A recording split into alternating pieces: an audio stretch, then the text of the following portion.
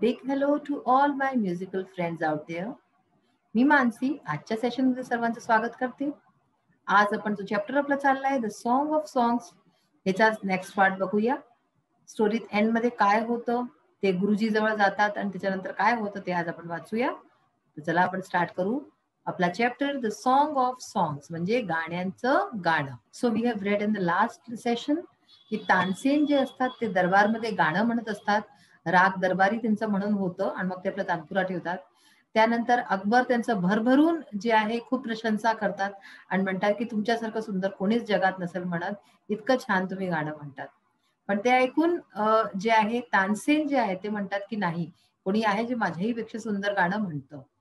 तर अकबर बादशाह जे असतात ते म्हणतात की असं कोणी आहे तर मी त्यांना ऐकणं चाहिए. काय तुम्ही त्यांना दरबारमध्ये बोलवू शकता, दरबारमध्ये ते येतीलच जे कोणी आहेत ते. तर याच्यावरती ते जे आहे तानसेन ते मना करून देतात आणि ते म्हणतात की ते इथे नाही येणार.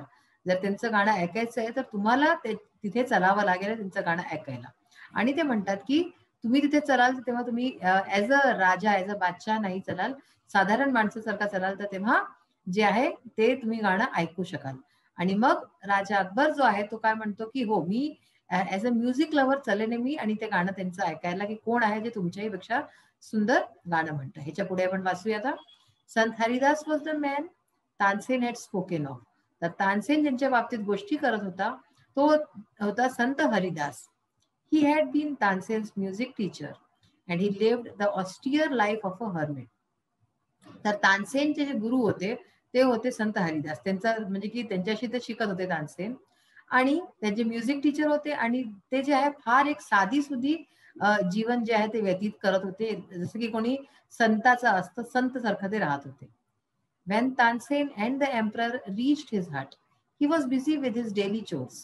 तर जेव्हा तानसेन आणि जो राजा अकबर होता ते त्यांच्या हट, त्यांच्या झोपडीजवळ पोहोचले तेव्हा ते बिझी होते, व्यस्त होते आपले घरचे कामं करायला.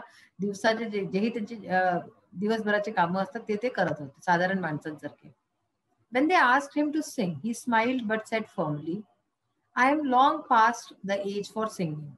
तर जेव्हा त्या दोघांनी मिळून त्यांना गाणं म्हणायला म्हटलं तर ते हसले. कोण हसले? संत हरिदास. संत हरिदास हसले आणि सेड फर्मली म्हणजे अगदी ठामपणे म्हणाले की I am long past the age for singing, म्हणजे की आता माझं गाणं म्हणायचं जे आहे वय नाहीये, मी गाणं नाही म्हणेन, अशा प्रकारे त्यांनी म्हणून दिलं. Even his favorite pupil could not persuade him to change his mind. Persuade, what is the meaning of persuade? Try to convince.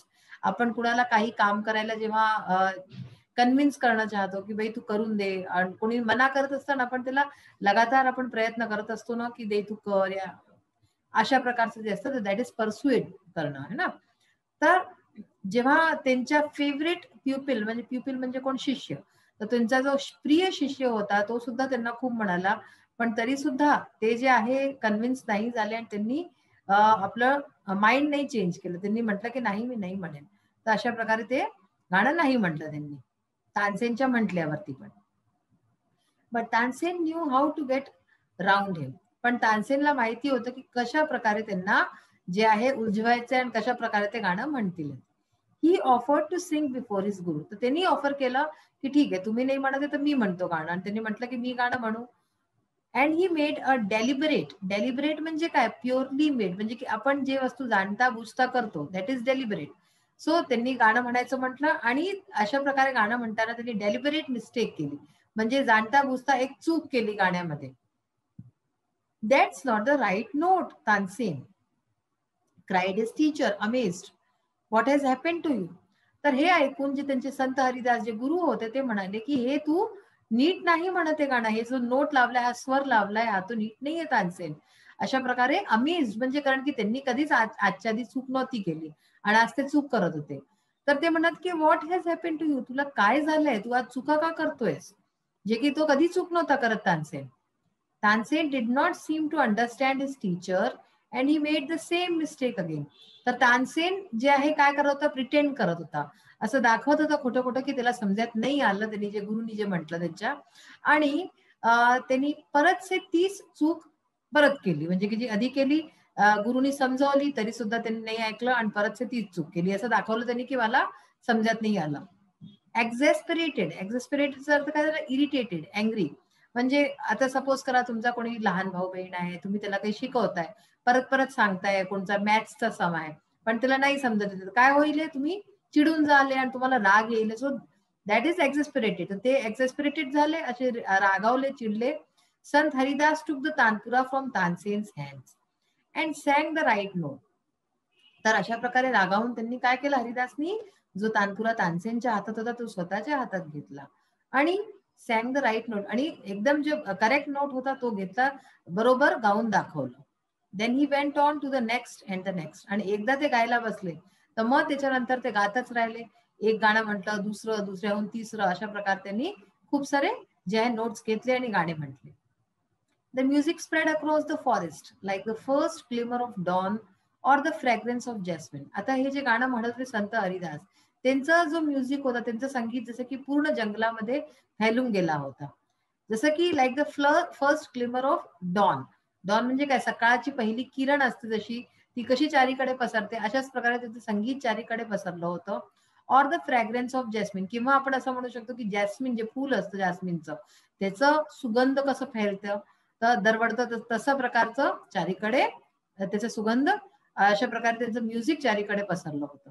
Both Akbar and Tansen listen to him as if they were hypnotized and the emperor realized that Tansen had spoken the truth. तर दोघे जण, अकबर आणि तानसेन, ते लोक त्यांना ऐकू लागले खूप लक्ष देऊन, आणि असं वाटलं की जसं की ते हिप्नोटाईज होऊन गेले. हिप्नोटाईज म्हणजे काय असतं? कॅप्चर्ड फुल अटेन्शन. जसं की जादूगर लोक करतात ना, की एक भ्रम टाकतात, तशा प्रकारचं. तर असे ते लोक अगदी म्हणजे मंत्रमुग्ध होऊन त्यांचं गाणं ऐकत होते. आणि तेव्हा बादशाह अकबरला रिअलाइज झालं की तानसेन जे म्हणाला होता ते अगदी बरोबर होतं. He had not non that music could be like दिस. आणि तेव्हा त्याला कळलं की की जे आहे संगीत असं पण होऊ शकतं, इतकं सुंदर. He had certainly never heard anything like it before. आणि त्यांनी अगदी म्हणजे अशा प्रकारचं गाणं याच्या आधी कधीच नव्हतं ऐकलं, जशा प्रकारचं संत हरिदास गाणं म्हणत होते. As they walked back, the emperor suddenly broke the silence to ask Tansen, "Why can't you sing like him, उस्तादजी?" तर ते म्हणाले की उस्तादजी, जेव्हा ते परत जात होते आपल्या महलकडे, तर एम्प्रर खूप वेळ तर बादशाह चुप राहिला, आणि त्याच्यानंतर अचानक से त्यांनी आपली जी चुप्पी होती ती तोडली, आणि त्यांनी तानसेनला विचारलं की तुम्ही तुमच्या गुरुजी सारखं का नाही म्हणू शकत?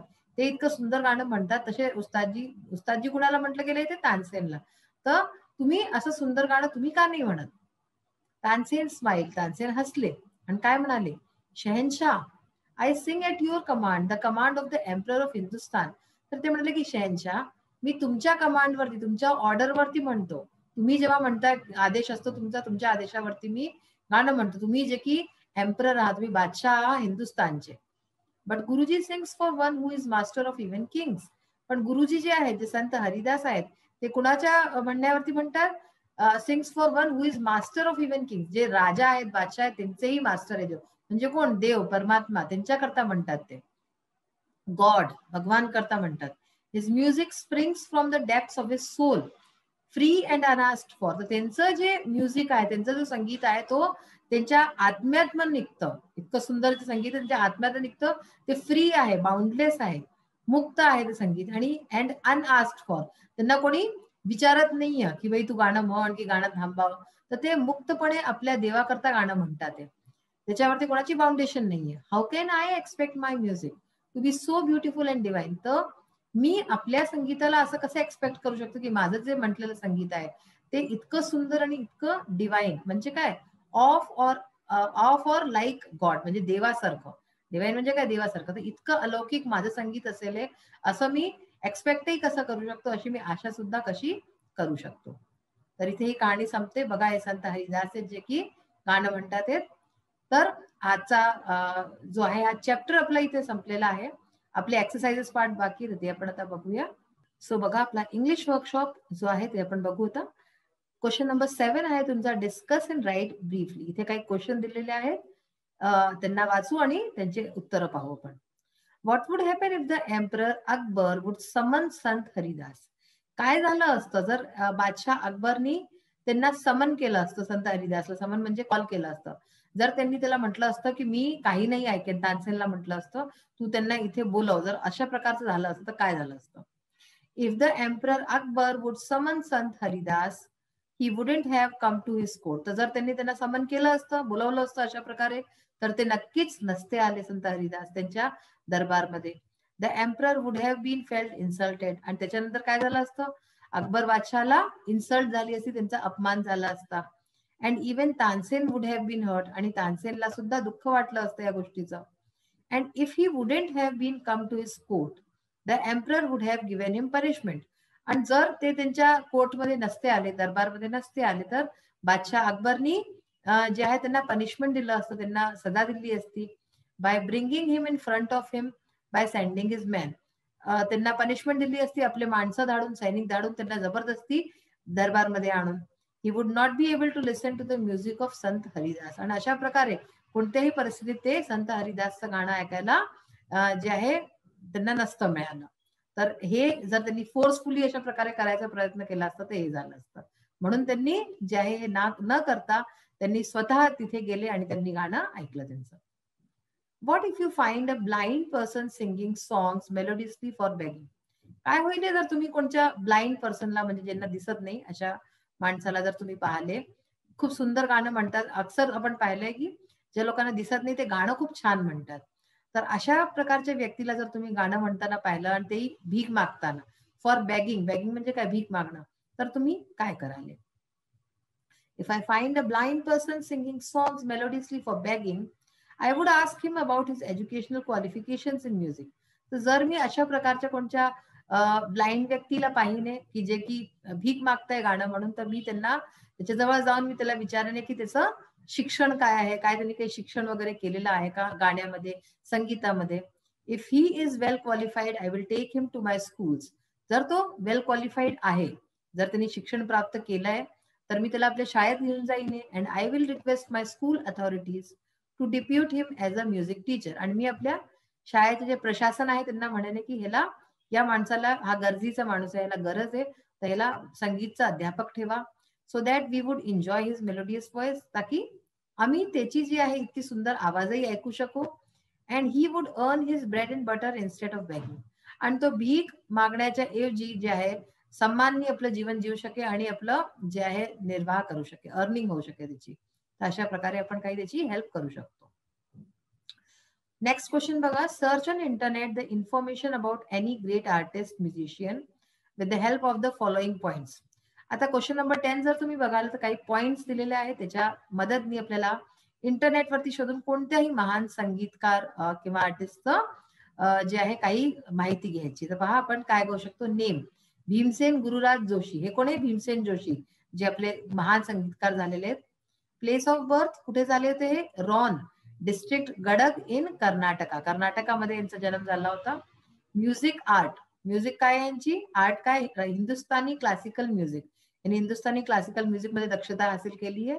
आणि याच्याच बरोबर डिव्होशनल सॉंग्स, भक्ती संगीत, यांचे अभंग खूप छान आहेत, आपण ऐकतो आतापर्यंत. अवॉर्ड्स अँड ऑनर्स, यांना कोणते अवॉर्ड मिळालेत, कोणते ऑनर्स मिळाले त्यांना?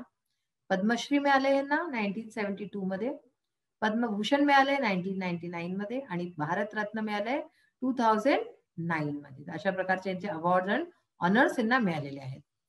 आता बघा क्वेश्चन नंबर 11 आहे. Collect any 5 stories of Akbar and Birbal. 5 स्टोरीजचे नाव दिले आहेत, ह्यांना तुम्ही वाचायचा प्रयत्न करा. कुठून जर तुम्हाला नेटवर नाही, जसे जर कुठे तसंही मिळत असेल तर पुस्तकं पहा. फिअर इज द की. ह्याच्यात काय, अकबर आणि बिरबल यांच्या खूप फनी स्टोरीज जे प्रचलित आहे ते असतील. Fear is the key, question for question, the noblest beggar, why is camel's neck crooked, आणि द ट्रू किंग. या 4-5 कहाण्या आहेत, पुस्तकं आहेत. पुस्तकात अनंत आहेत, पण या आपण वाचू शकतो. तर आज स्टोरी वाचून आपली झालेली आहे. ऑलमोस्ट हा चॅप्टर आता आपल्या एंड वरती आहे. थोडासा जो पार्ट बाकी आहे तो आपण आपल्या नेक्स्ट सेशन मध्ये पाहूया. So we will meet in the next session. Till then stay healthy, stay fit, keep healthy. Bye, have a nice day. Thank you.